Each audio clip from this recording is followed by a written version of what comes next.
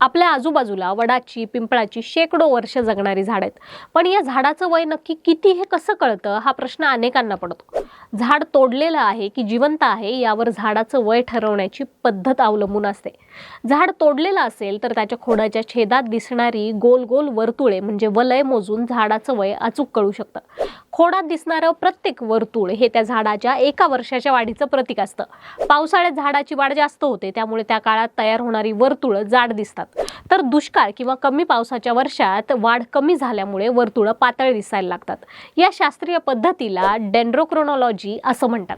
जर झाड जिवंत असेल आणि ते कापायचं नसेल पण त्याचं वय जाणून घ्यायचं असेल तर ते अंदाजाने काढलं जातं. यासाठी जमिनीपासून सुमारे 4.5 फूट उंचीवर झाडाच्या खोडाचा घेर मोजला जातो. त्या घेराची तुलना त्या विशिष्ट झाडाच्या जातीच्या वार्षिक वाढीच्या गतीशी केली जाते.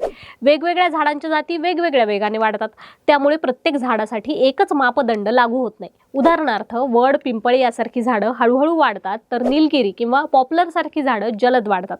झाडाचं वय ठरवताना फक्त घेर किंवा वलय पुरेसं नसून त्या झाडाची उंची, जात, मातीचा प्रकार, पावसाचं प्रमाण, हवामान आणि परिसरातील परिस्थिती याचाही विचार केला जातो. त्यामुळे झाडाचं वय हे कधी अचूक तर कधी अंदाजे ठरवलं जातं. थोडक्यात सांगायचं तर झाडं बोलत नसली तरी त्यांच्या खोडातील वलय, वाढ आणि रचना यांच्या आधारे त्यांचा संपूर्ण जीवन प्रवास आपल्याला वाचता येतो.